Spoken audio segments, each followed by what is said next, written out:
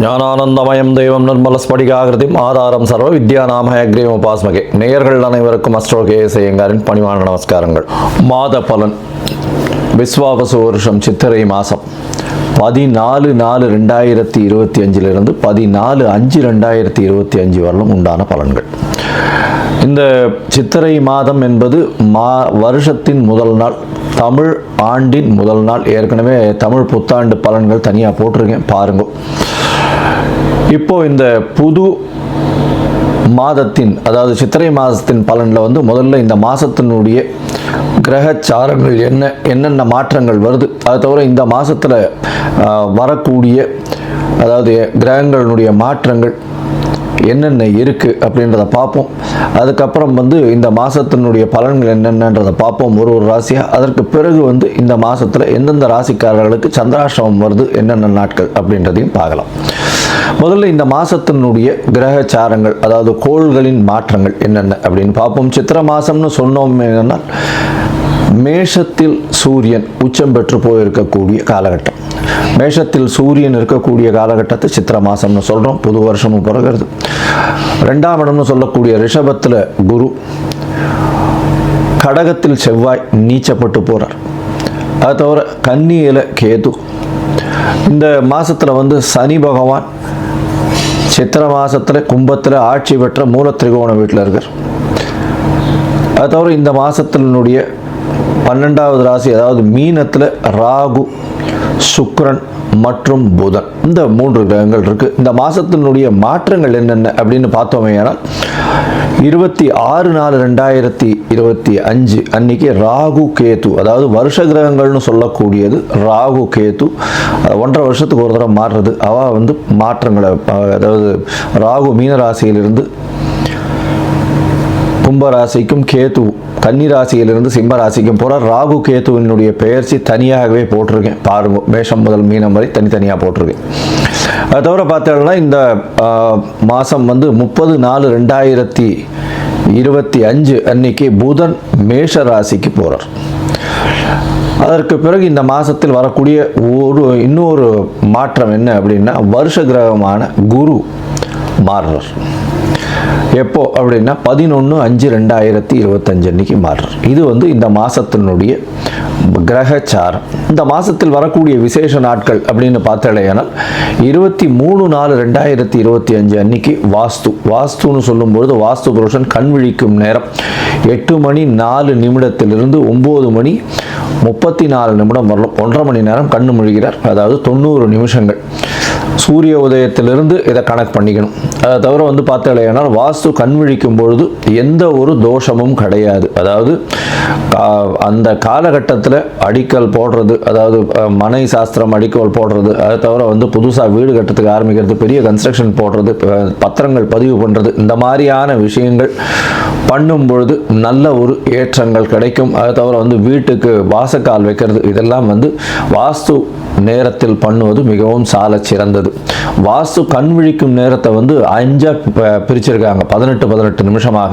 5-18 நிமிஷம். முதலில் வாஸ்து கண் விழித்து காலை கடனை முடிக்கிறார், அதற்கு பிறகு ஸ்நானம் செய்கிறார், அதற்கு பிறகு பூஜை செய்கிறார், அதற்கு பிறகு அதாவது சாப்பாடு, அதாவது அவர் உண்ணக்கூடிய நேரம் 18 நிமிஷம், அதற்கு பிறகு தாம்பூலம் தரிக்கும் நேரம்.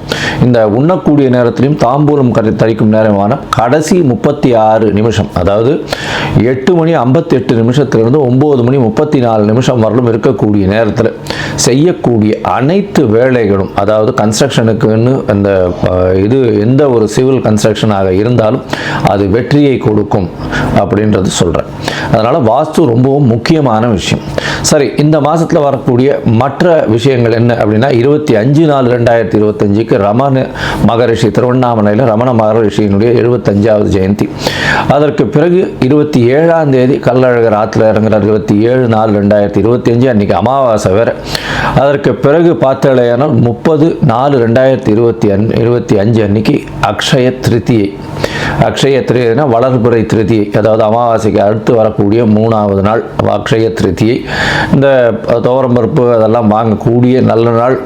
பொதுவாகவே தங்கம் வாங்கணும் அப்படின்னு வச்சுருக்காங்க, இப்போ அப்படிலாம் கிடையாது. துவரம்பருப்பு, வெல்லம், அடுத்தது கொஞ்சோண்டு உப்பு வாங்கினாலே வீடு சுபிக்ஷமாக இருக்கும், கவலைப்பட வேண்டாம். அது தவிர பார்த்தோம்னா 4/5/2025 அன்னைக்கு அக்னி நட்சத்திரம் ஆரம்பிக்கிறது. அக்னி நட்சத்திரம்ன்றது உச்சகரமான வெயிலை குறிக்கக்கூடிய கிட்டத்தட்ட ஒரு 28-29 நாள் ஆரம்பிக்கிறது. இது வந்து வைகாசி மாதம் வரலும் தொடர்றதுனால ஆரம்பத்தை மட்டும் சொல்கிறோம். அதை தவிர பார்த்தீங்கன்னா இந்த அக்னி நட்சத்திரத்தின் போது பொதுவாக வீட்டினுடைய சுபகாரியங்களை எடுத்து பண்ணுறதில்லை. அதாவது கல்யாணம், எல்லா விஷயங்களும் சுபகாரியங்களை எடுத்து பண்ணுறது கிடையாது. அதனால் அக்னி நட்சத்திரத்தை தவிர்த்துருவா பொதுவாகவே. அதோட 12/5/2025 அன்னைக்கு சித்ரா பௌர்ணமி, பெரிய விசேஷம். சித்ரா பௌர்ணமி அப்படின்னு சொல்லக்கூடியது மதுரை வைகை ஆற்றுல இறங்குறது பெரிய விசேஷமாக சொல்லக்கூடியது. கள்ளழகரும் இறங்குறாரு வைகையில், சித்ரா பௌர்ணமி அன்னைக்கு இறங்குறார்.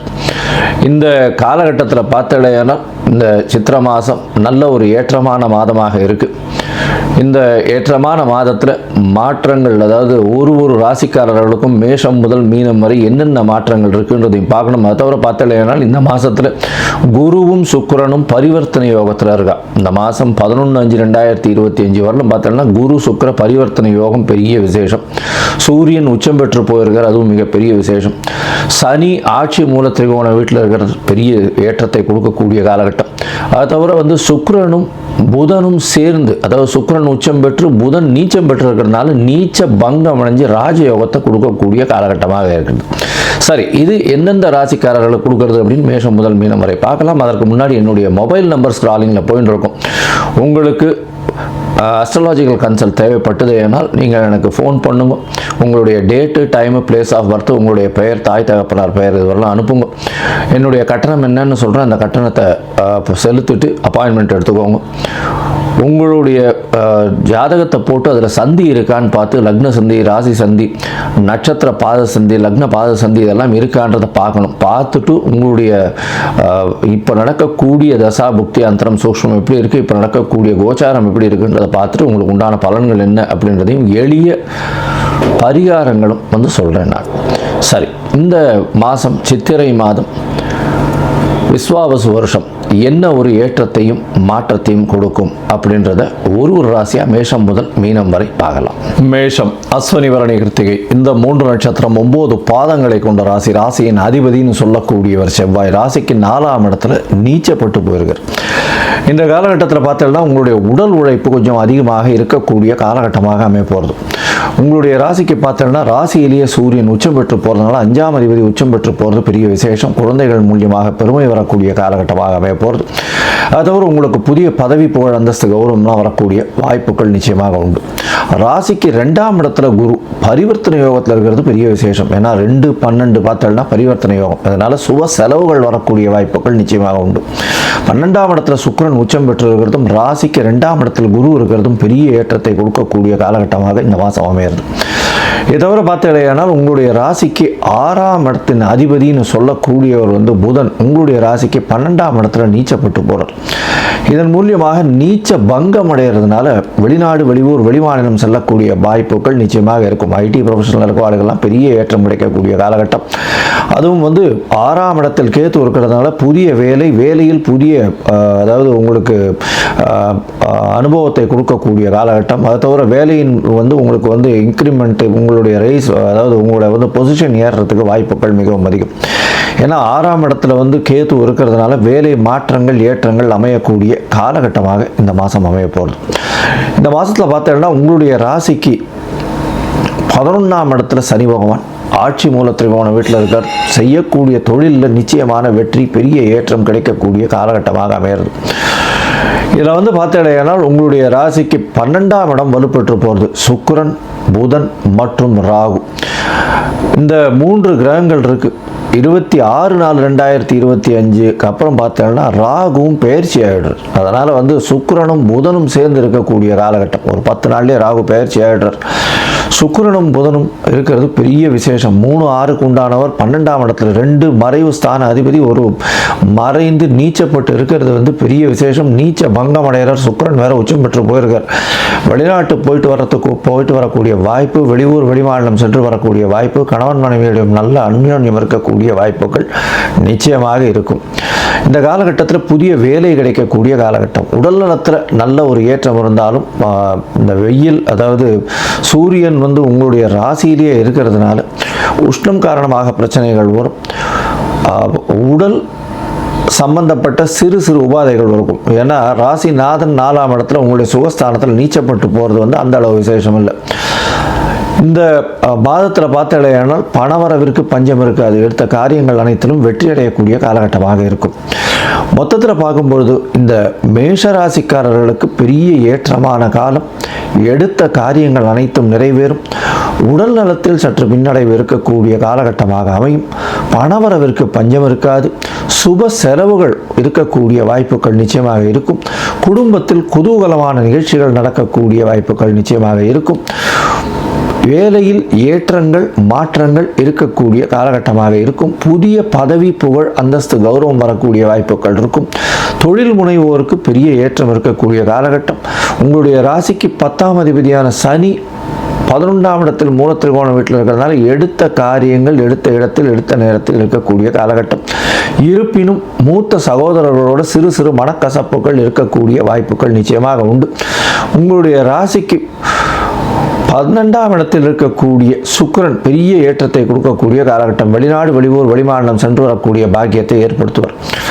உங்களுடைய ராசிக்கு பார்த்தீங்கன்னா இந்த மாத கடைசியில் குரு பயிற்சி ஆகிறதுனால மாத கடைசிக்கு மேலே, அதாவது 11/5/2025க்கு மேலே படிக்கக்கூடிய மாணவர்களுக்கு பெரிய ஏற்றம். வெளிநாடு, வெளியூர், வெளிமாநிலம் சென்று வரக்கூடிய பாக்கியம் நிச்சயமாக கிடைக்கக்கூடிய காலகட்டமாக அமையப்போகுது.